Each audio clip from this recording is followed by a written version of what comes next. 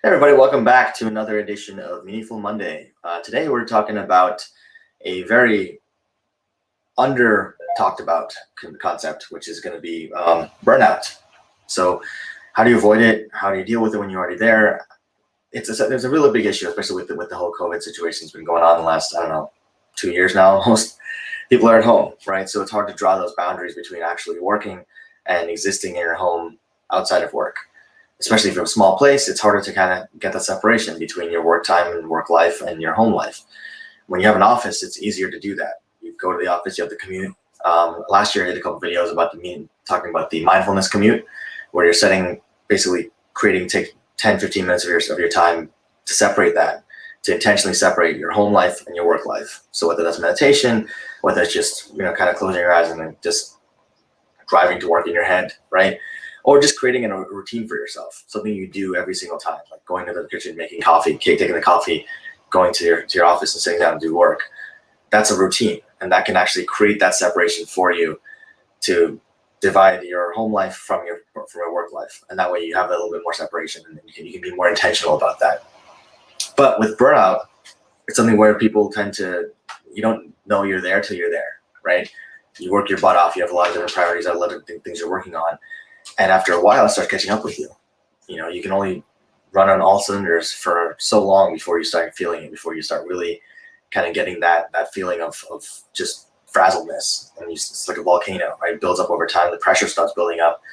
And the more you choose to ignore your self-care, the more you choose to ignore your mental health, the more that builds up inside, to the point where suddenly you get really irritable, you get frustrated really easily, super, super tired, super low energy.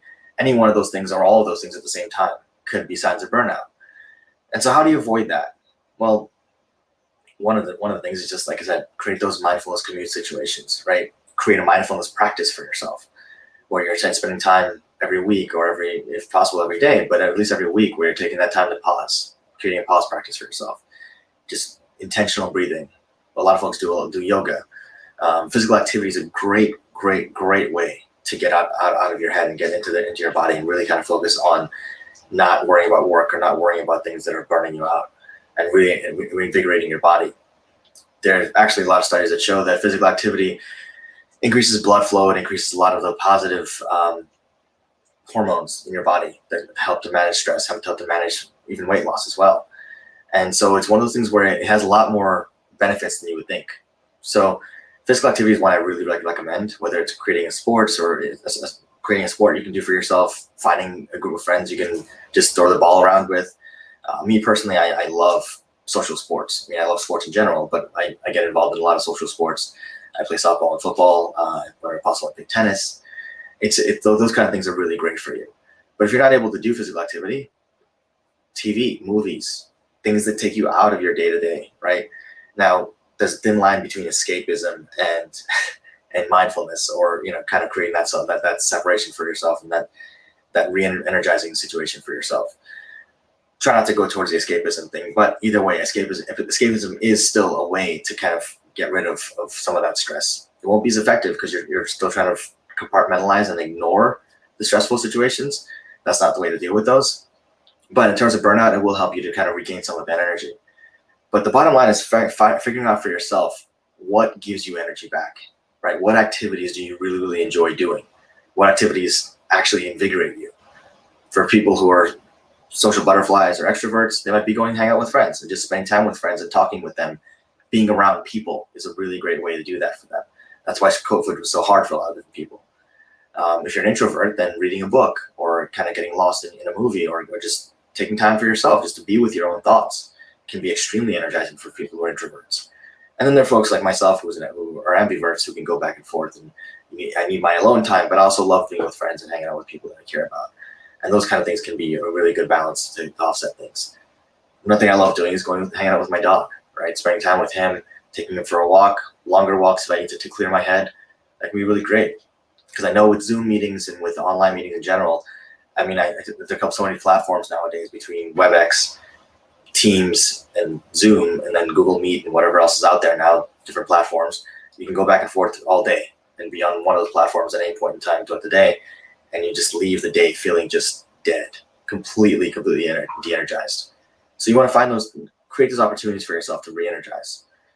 Those are really great ways to kind of avoid that burnout, because if you're not intentional about that, if you don't create that pause practice, create that self-care time in your week, you're going to definitely burn out over time, because you're spending all your energy doing things that matter for work, and then you just get immersed in it. And it's great for distraction, but it's not really great for your mental health in the long term. So that's really easy to get burned out.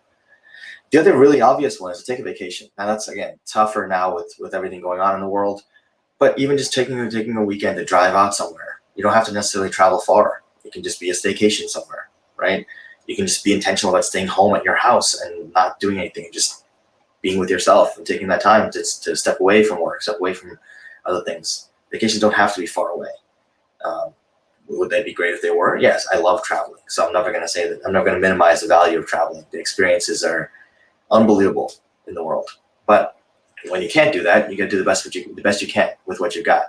And so sometimes just taking that staycation time is a really great way to recharge. A few weeks ago, I went out to Vegas for a photo shoot with some friends, and it was amazing. Just being out there. Yes, it was some work, but it was just a different area, different place, exploring, doing a lot of different things. Getting out there, it was a really, really amazing break. And I was starting to feel a little overwhelmed in terms of work, and just like being overwhelmed, feeling that kind of burnout, pre-burnout feeling of like low energiness, right? That is definitely a sign, and your body will tell you. You're feeling super, super tired in the mornings, and you've gotten 10 hours of sleep or 8 hours of sleep. Your body's telling you something. So listen to it. If you're already burned out, which some people actually are, some ways to deal with that. You got to take some time off. You have to. And I know the workaholics out there are going to say, like, oh, the work's not going to get done unless I can do it. Business owners are notorious for this. Business owners are probably the biggest people who violate this rule about self-care, because they're like, oh, I have to do this. I got to maintain things. If I don't do this, my business is not going to run. People are not going to get the services they need or the products they need. Doctors are also notorious for this. So are attorneys. Bottom line, we are all extremely self-important. We believe everything we do is changing the world every single second. And to some extent it is, but at the end of the day, if you can't delegate, if you can't have someone to back you up, then work around that. You got to figure out some ways to build that into your business, build that into your day-to-day. For physicians, for doctors, I get it. You're working in the ER, people's lives are actually at stake, but do what you can. Right? See what you can do with the time, with scheduling situations you have. Take that self-care time when you're able to take it, and really take advantage of it. As attorneys, I mean, don't get me started. I'm a recovering attorney, so I have my own opinions about those. But in general, no one's going to die if you don't do your job. If you take a couple days off, you take some vacation time, no one's going to die. It's not really that big a deal. No one's going to freak out if you don't answer the phone. And if they do, they do. Your clients need you, that's fine. But you have to need yourself as well. If you're not able to take care of yourself, you can't take care of your clients. You can't take care of anybody. And as business owners, you want to create a business where it's not a job. You don't want to create a job for yourself. You want to create a business. And you do that by putting structures in place that allow you to take that time off when you need it. And I'm not saying it's a vacation every 2 weeks, but you want to take some time every so often so you can recharge and come back and invigorated, ready to serve your clients, ready to build your business and keep growing and scaling it. And that's the way to do that properly. If you can build a business and be really successful money-wise, but if your energy is lacking, if you don't have the energy to spend the money or enjoy your life, and you're always working, what's the point? That's the case in any situation, not just as business owners. So if you're already feeling that burnout, if you're feeling low energy, if there's not really anything that's driving you forward in terms of just everything just feels kind of blah, take some time, take a vacation. Get out of the office, get away from things that are on your day-to-day list, and just break the monotony. You'd be surprised how different that would be. Even if you just did that for 5 minutes or 15 minutes, a couple times a week, you'd be amazed at the results you get. Taking a walk with your dog, taking a walk with a friend, by yourself, just going and exploring a new place, seeing what else is out there, trying a new restaurant. These are all things you can do, and they're totally within your ability to do them. Seek out also, like I said, physical activity, some of those workout classes, fitness classes. A lot of folks are getting Pelotons. Those are really popular nowadays. I've had a couple clients who do those, and they love them.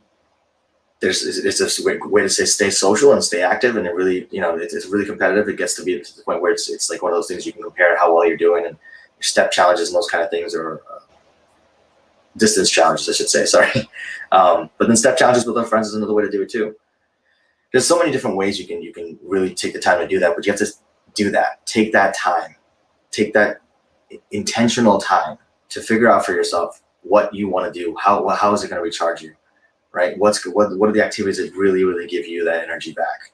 And then go do those activities. Take that time for yourself. Join some meetup groups. Those are actually really cool too. It's a great way to stay social, to get out there and meet other people who have similar interests that you do, and just expand your horizons. So burnout is a function of a couple different things. One, it's just not taking time to recharge yourself. But two, it's also monotony, right? As humans, we're not robots. We're not built to do the exact same thing every single day, or have the exact same conversations every single day, or just have the same exact schedule every single day, in terms of like, I got to go work my ass off every single day from 8 a.m. or 6 a.m. all the way till midnight, and then go to sleep and do it all over again the next day. We're built to function in exploratory ways, to be creative, to use our brains, not to just be on autopilot all the time. And when you do that, one of the things that happens.